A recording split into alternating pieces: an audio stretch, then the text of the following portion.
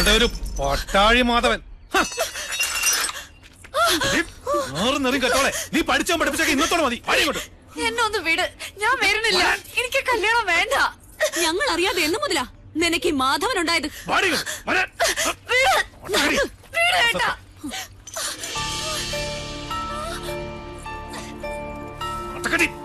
ഒരു ആരാധനാമൂർത്തി.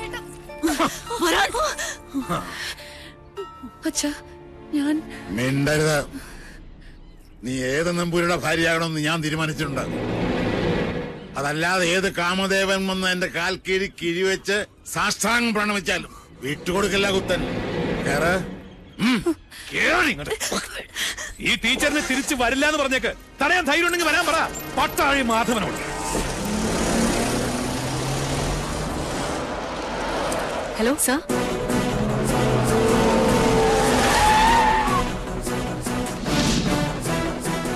ഇയാളാണോ മാധവൻ? അല്ലച്ച, ഇത് കുഞ്ഞുണ്ണിയാ. ഇത് ടീച്ചർ സൂക്ഷിച്ചു വെച്ചിരുന്നല്ലേ? പട്ടാഴിയിലേക്ക് വരാൻ ഇനിയും ടീച്ചർക്ക് മനസ്സുണ്ടെങ്കിൽ ഇപ്പൊ ഇതിനകത്ത് നിറങ്ങണം.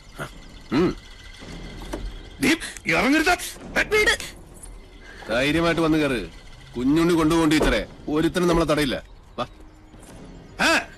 നീ ഇവിടെ കൊണ്ടുപോകുന്നൊന്ന് കാണട്ടെ.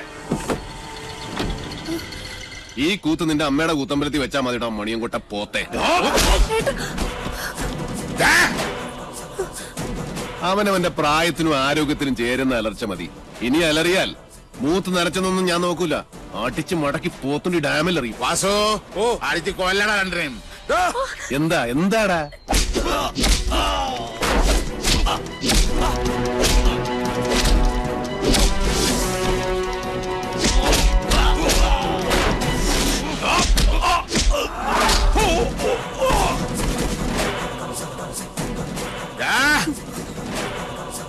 ജനിപ്പിച്ച തന്തയെ മോള് തള്ളി പറയണമെങ്കിൽ ഒന്നുകിൽ അച്ഛൻ അച്ഛനല്ലാതാവണം, അല്ലെങ്കിൽ മോൾ അത്രയ്ക്ക് ദുഷ്ടയാവും. ഇതിലേതാണെന്നുള്ളത് തെക്കോട്ട് തലവെക്കുന്നതിന് മുമ്പ് കാരണവർ ആലോചിച്ച് തീരുമാനിക്കും. രുദ്രാക്ഷം കഴുത്തിലല്ല, മനസ്സിലാണ് വേണ്ടത്. കേട്ടോ മോണിയൻകോട്ട് രാവണം. ഒന്നുകിൽ ഇത് ഇവിടെ വെച്ച് അവസാനിപ്പിക്കണം, അല്ലെങ്കിൽ നമുക്ക് ഇവിടെ നിന്ന് തുടങ്ങാം. രണ്ടായാലും എനിക്ക് വിരോധമില്ല.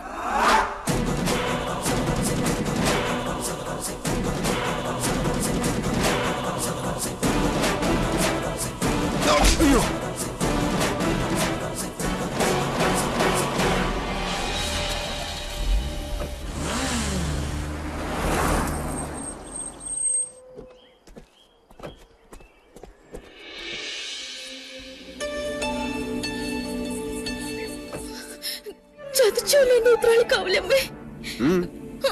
അതാരാ കുഞ്ഞുണ്ണിയുടെ കൂടെ? മനസ്സിലാവണില്ല. അതാണ് ആത്തേമ്മ. ചെന്ന് വേഗം പെർഫോമൻസ് തുടങ്ങിക്കോ. ആരാണാവോ? അമ്മേ. ഹായ്, എന്താ കുട്ടി ഏതാ? അമ്മ എന്നെ ശപിക്കരുത്. പാർവതി, ഈ കുട്ടി ഏതാ? എനിക്കറിയില്ല, ഞാൻ കണ്ടിട്ടില്ല. ഈ കാണാലോ, അമ്മയ്ക്കും ചിറ്റശിക്കും ഇനി കണ്ണ് നിറയെ കാണാം. ഇത് മിത്ര നമ്പൂതിരി, നമ്മുടെ ഇവിടുത്തെ സംസ്കൃത കോളേജിലെ ടീച്ചറാ. പഠിച്ചത് ഇവിടെ തന്നെ. ആദ്യമേടെ അനുഗ്രഹം വാങ്ങിക്കാൻ വന്നതായിരിക്കും. നന്നായി വരൂ കേട്ടോ. ഏതാ ഇല്ലം? അത് മണിയാമ്പള്ളി. മണിയാമ്പള്ളി മണിയാമ്പള്ളി കേട്ടിട്ടില്ലേ? മണിയാമ്പള്ളി ഇല്ലം കേട്ടിട്ടില്ലേ? മണിയാമ്പള്ളി ഇല്ല. ഇപ്പൊ കേട്ടല്ലോ. ഇനി മനസ്സ് തുറന്നങ്ങോട്ട് അനുഗ്രഹിക്കുക. എന്നിട്ട് അമ്മയുടെ അരയിലിരിക്കുന്ന ആ താക്കോൽക്കൂട്ട് എടുത്ത് ടീച്ചറെ ഏൽപ്പിക്കുക. ഈ നിൽക്കുന്നതേ അമ്മയുടെ പുത്രവധുവാ. എന്താ? ബോംബ് പൊട്ടി. ഇനി മുതൽ ടീച്ചറാ ഇവിടുത്തെ ആത്തേമ്മ. ശിവ ശിവ, എന്തായി കാണുന്നത്? എടാ, എന്ത് തോന്നിയാസം കേട്ടാന്നായോ നിനക്ക്? കിരാവൻ ഇല്ലത്തിന്റെ അന്തസ് കെടുത്തിയില്ലോ നീ. ഞാൻ കിരാതനും കാട്ടാളിനും ഒക്കെയാ, സമ്മതിച്ചു. പക്ഷേ ഇതെന്റെ വധുവല്ല. പിന്നെ ഇത് അമ്മയുടെ മൂത്ത മകന്റെ വേളിയാ. പ്രൊഫസർ പട്ടാഴി മാധവൻ നമ്പൂതിരിയുടെ സഹധർമ്മിണി. എന്താ, ആർക്കൊന്നും മനസ്സിലായില്ലേ? ശിവ ശിവ ചോദിച്ചു നോക്കൂ. ഇവൻ പറയണതൊക്കെ നേരാ? അതെ. മാധവ, മാധവ, കേശവ. വൈകിപ്പോയി. ഇനി വിചാരണ വിളിച്ചോദ്യമൊന്നും വേണ്ട. വേണം. അവന്റെ മനസ്സറിയണോ എനിക്ക്? അറിഞ്ഞു. ദുരഭിമാനം വാതുറക്കില്ല, പക്ഷെ വാത്സല്യം മനസ്സ് തുറക്കും. കുഞ്ഞുണ്ണിക്ക് അത് കേൾക്കാം. അതേ കുഞ്ഞുണ്ണി കേൾക്കൂ. ഈശ്വര, പാർവതി ഒന്ന് കിടക്കണം. അയ്യോ, അയ്യോ ആത്തേമ്മ. ഉത്തരം മുട്ടുമ്പോ അമ്മയ്ക്ക് സ്ഥിരമായിട്ടുണ്ടാകുന്ന ഒരു ബോധക്ഷയ. അതിന് മരുന്നില്ല. ടീച്ചർ മുകളിലേക്ക് വെക്കുള്ളൂ. പാണിഗ്രഹണ മന്ത്രം ചൊല്ലി ഒരാൾ മാളികപ്പുറത്ത് കാത്തിരിപ്പുണ്ട്. കുറച്ച് ദിവസമായി. പിന്നെ ഈ സ്നേഹം എന്ന് പറയുന്നത് ഒരു അനുഭൂതിയാ, തരുന്നയാൾക്കും കിട്ടുന്നയാൾക്കും. അല്ലാതെ മനസ്സിന്റെ ഉള്ളറകളിൽ ബീജാക്ഷര മന്ത്രം പോലെ രഹസ്യമായിട്ട് സൂക്ഷിക്കാനുള്ളതല്ല. അനുജന്റെ ഉപദേശം ഞാനിക്കിഷ്ടാവില്ല. അതുകൊണ്ട് ടീച്ചറുടെ തലയുടെ മന്ത്രത്തിൽ ഇതോടെ ചേർത്തൊന്ന് ഓതി കൊടുത്തു നോക്ക്, ചിലപ്പോ ഗുണമുണ്ടാവും.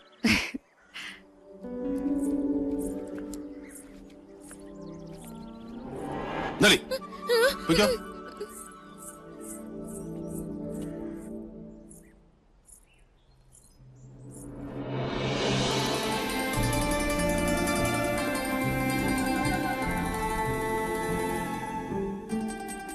കണ്ടുവല്ലേ, അഗ്നിയാകാനും ഹിമമാകാനും നിമിഷാർത്ഥം പോലും വേണ്ടാത്ത എന്റെ ഉണ്ണിയെ. പട്ടാഴിയിൽ ഒരു സ്നേഹപ്പാലാഴിയുണ്ടെന്ന് പറഞ്ഞപ്പോ താൻ വിചാരിച്ചു കാണില്ല അത് ഇത്രയും ചൂടുള്ള ഒരു ചെങ്കടലായിരിക്കുമെന്ന്, അല്ലേ? മുൻഷുണ്ടി ലേശം കൂടും, അത്രേ ഉള്ളൂ. ഇങ്ങനൊരു അനിയനെ കിട്ടാൻ ഈ ഏട്ടൻ സുഹൃതം ചെയ്യണം. അനിയനോ? ജനനം കൊണ്ട് ഞാൻ മൂത്തതാണെന്നേ ഉള്ളൂ, കർമ്മം കൊണ്ട് അവനാ ഏട്ടൻ. പട്ടാഴിൽ എന്തിനും ഏതിനും കുഞ്ഞുണ്ണിയാ കേമൻ. അതെനിക്കിന്ന് മനസ്സിലായി. ഇത്രയും നാള് വിളിച്ച ദൈവങ്ങളോടല്ല, ഉണ്ണിയോടാ ഞാൻ നന്ദി പറയണ്ട്.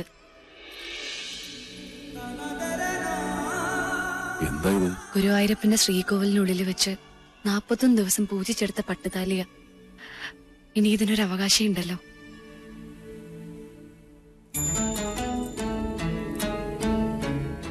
എന്താ ഇയാൾ ഉദ്ദേശിക്കണേ? എന്റെ കഴുത്തിൽ ഈ ചരട് കെട്ടിത്തരണം. ഇപ്പോ ഈ നിമിഷം. കൊള്ളാം. കൊട്ടും കുരവയും അഗ്നിസാക്ഷിയുമില്ലാതൊരു വേളി നടക്കട്ടെ, അതാവും യോഗം. എന്നാലും 1000 കർഗഹോമങ്ങളുടെ ബലമുണ്ട് എന്റെ ഉണ്ണിയുടെ ആശീർവാദത്തിന്. അത് മതി, എനിക്കത് മതി.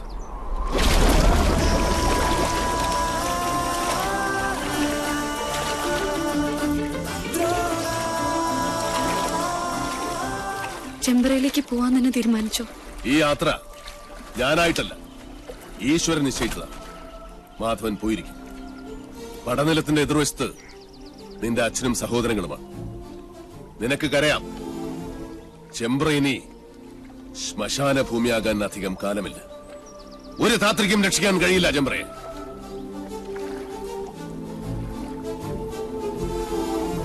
പോസ്റ്റ്മോർട്ടം റിപ്പോർട്ട് കിട്ടി. കുളത്തിൽ കിടന്ന് ശ്വാസം മുട്ടി മരിച്ചെന്നാണ് റിപ്പോർട്ട്.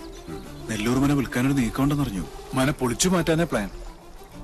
ഒരു ഗ്രഹം ഭൂമിക്ക് മുകളിൽ നിൽക്കണോ വേണ്ടോ എന്ന് തീരുമാനിക്കുന്നത് മനുഷ്യനല്ല, അതിന്റെ കണക്കും ഈശ്വരന്റെ കയ്യിലാണ്.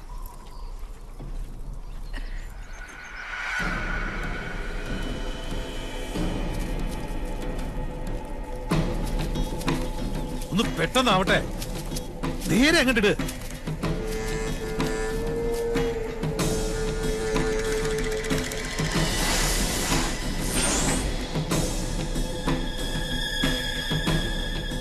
ആ പടവ് വരെ അങ്ങോട്ടിട്ട്. ആ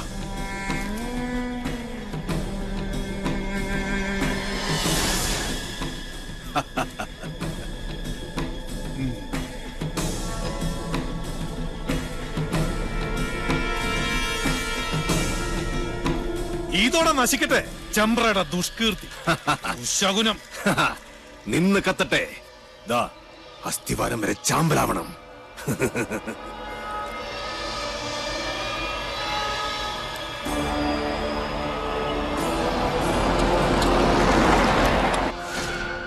ഒരു തരത്തിൽ പറഞ്ഞാൽ ഇതും ഒരു ബ്രഹ്മഹത്യയാണ്. എല്ലാവരും മനസ്സിൽ അഷ്ടാക്ഷരി അങ്ങനെ ജപിച്ചോളുക.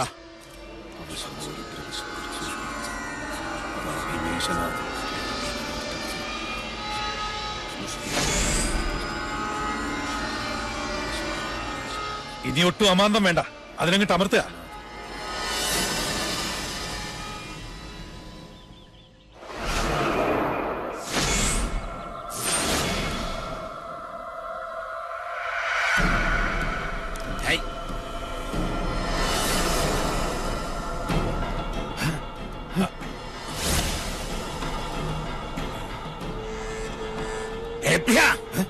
എന്താ ഇത് പൊട്ടാത്തെ? എന്താ എന്ത് പറ്റി നോക്കട്ടെ.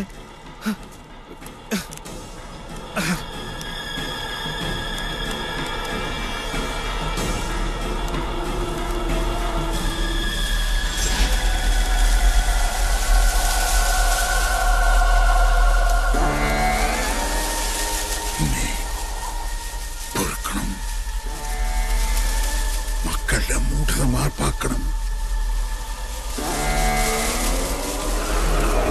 അത് ലൂസ് കോണ്ടാക്ട് ആയിരിക്കും. ഒന്ന് ഞെക്കി നോക്ക്. ഒരക്ഷരം വേണ്ടി പോരുത്. മണ്ട ഗണേശൻ, കണ്ണു തുറന്ന് നോക്ക്. അന്തരീക്ഷത്തിന്റെ മട്ടും ഭാവവും മാറുന്നത് കാണുന്നില്ലേ? എന്തോ വരാൻ പോകുന്നെന്ന് എന്റെ മനസ്സ് പറയുന്നു. ശപസൂര്യ ശോഭയിൽ തെളിയുന്ന ദ്രോണ, നക്ഷത്ര കോടികൾ കഥിപനാം ദ്രോണ, ഉദയത്തിലോംകാര ശംഖമാം ദ്രോണ, ശരമാരിയാൽ ശിവനെ അർച്ചിച്ച ദ്രോണ.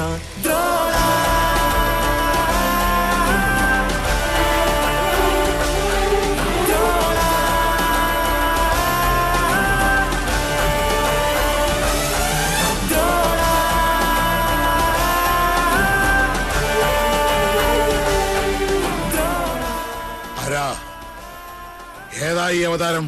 10 അവതാരങ്ങളും ആണുങ്ങളായിരുന്നു. ആണുങ്ങളെ കണ്ടിട്ടില്ലാത്ത മണിയങ്കോട്ട അച്ചിക്കോന്തന്മാർക്ക് പുരുഷ പ്രജകളെ കണ്ടാൽ കണ്ണിൽ ഇരുട്ട് കയർ പിച്ചും പേയും പറയും. മാധവൻ, പട്ടാഴി മാധവൻ. ഇയാളെന്തിനാ ഇങ്ങോട്ട് വന്ന? അച്ഛനും മക്കളും വെച്ച പടക്കൊന്തേ പൊട്ടിയില്ലേ? രാവിലെ ഇല്ലത്തുനിന്ന് ഇറങ്ങുമ്പോ നെല്ലൂർമനെ കാറ്റത്ത് ധൂളിയാക്കി പറത്തിക്കളയാമെന്ന് വ്യാമോഹിച്ചു അല്ലേ? എനിക്ക് നെല്ലൂർമനെ ഇതുപോലെ കാണണമെന്ന് മോഹമുണ്ടെങ്കിൽ അത് തടയാൻ മാത്രം പോന്നവരല്ല മണിയങ്കോട്ട മണ്ണുണ്ണികൾ. മാധവൻ, പട്ടാഴി മാധവൻ, പട്ടാഴി മാധവൻ നമ്പൂതിരി. ഭഗവാന്റെ തിടമ്പ് പോലെ ചൈതന്യമുള്ള പട്ടാഴി മാധവൻ എന്തിനാ തിടുക്കപ്പെട്ടിപ്പ് ഇങ്ങോട്ട് വന്നത്? മന വാങ്ങാനോ അതോ കുഞ്ഞുണ്ണിയുടെ കൊലേറ കാണാൻ?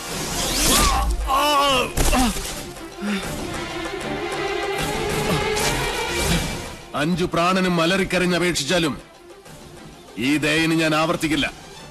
ഒരു ദിവസം അവസാനിപ്പിക്കും നിന്റെയൊക്കെ ധാർഷ്ട്യം ഞാൻ.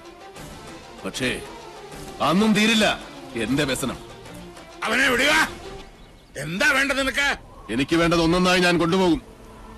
അതുവരെ കണ്ടുപോകരുതൊന്നിനെയും ഈ മുറ്റത്ത്. ഗുരുനാഥർ പറഞ്ഞ കേട്ടില്ലേ? ഇറങ്ങി പോവാ മുറ്റത്തുനിന്ന്. നീ ആരാടാ അത് പറയാൻ? നെല്ലൂർമനയുടെ ആധാരം തൊട്ടുപോകരുത് എന്റെ കുട്ടികളെ. അവരിൽ നിന്ന് കിട്ടിയതുപോലെ ഇരിക്കും. ജീവച്ഛവമായി കിടക്കാൻ എണ്ണപ്പാത്തികൾ ഇനിയുമുണ്ടല്ലോ മണിയങ്കോട്ട്.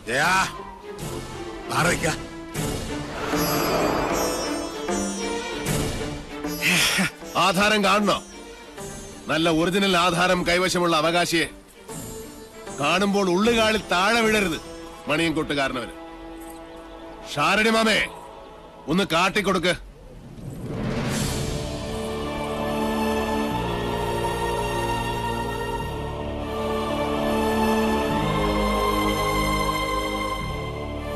നെല്ലൂർ മനയുടെ അവകാശി തുളസിമണി. മനസ്സിലായില്ലേ? നെല്ലൂർ ഹരിനാരായണന്റെ ഒരേ ഒരു മകൾ.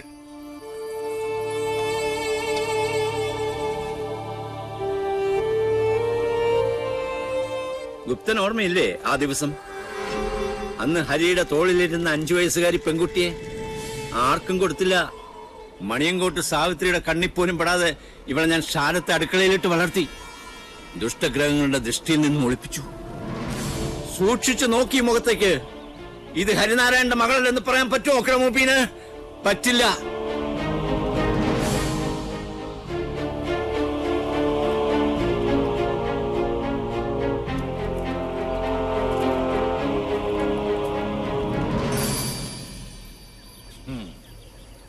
പാവം ഈ ശാരൻ. 7 സമുദ്രങ്ങൾക്കപ്പുറം ഒളിപ്പിച്ചിട്ടും നീ രക്ഷപ്പെട്ടില്ലല്ലോ മോളെ. എത്ര ആവാഹിച്ചിട്ടും സാവിത്രി ഇറങ്ങി വരാത്തതിന്റെ രഹസ്യം ഇപ്പൊ മനസ്സിലായി. കാത്തിരിക്കുക അവള്. ചെല്ല്, വലതുകാല് വെച്ചങ്ങട് കയറുക. ഈ തുളസിക്കതിരും സാവിത്രി പറിച്ച് തലേ ചൂടും. അതിനു മുമ്പ് സാവിത്രിയെ ചുട്ട് ഭസ്മമാക്കി നിങ്ങളുടെ നെറ്റിയിൽ ചാർത്തിയിട്ടുണ്ടാവും മാധവൻ. പഞ്ചഭൂതങ്ങളും അഷ്ടദിക്കുകളും 5 സ്വരൂപത്തിൽ വാഴുന്ന ഈശ്വരൻ സാക്ഷി. ഇന്ന് തുടങ്ങും നിന്റെയൊക്കെ രാപ്പനി. പോ, ചെന്ന് രാശി വെച്ച് നോക്ക്. നിന്റെയൊക്കെ ലഗ്നത്തിലും ചന്ദ്രനിലും മൃത്യു നിറഞ്ഞു നിൽപ്പുണ്ടാവും. പോ, വന്ന വഴിക്ക് പോകാൻ. മക്കൾക്ക് അച്ഛൻ വഴികാട്ടി കൊടുക്ക്.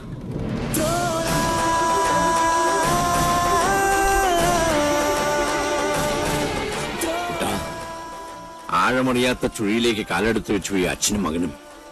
ഇപ്പൊ കുട്ടനും ഷാരടി മാമ മടങ്ങിക്കോളൂ. കുട്ടേട്ടൻ 4 ദിവസം കൊണ്ട് ഇതൊരു മനുഷ്യാലയമാക്കി ഞാൻ നിന്നെ ഏൽപ്പിക്കും. അതിന് സാധിച്ചാൽ മാത്രം പട്ടാഴിക്ക് മടങ്ങും. അല്ലെങ്കിൽ എനിക്ക് ചിത കൂട്ടാൻ കിഴക്കേത്തൊടിയിലെ മാവ് പോലും വെട്ടരുതെന്ന് അമ്മയോട് പറയണം. ശവം പാഴ്വിറക് കൂട്ടി അതിലിട്ട് കത്തിച്ചു കളയണം.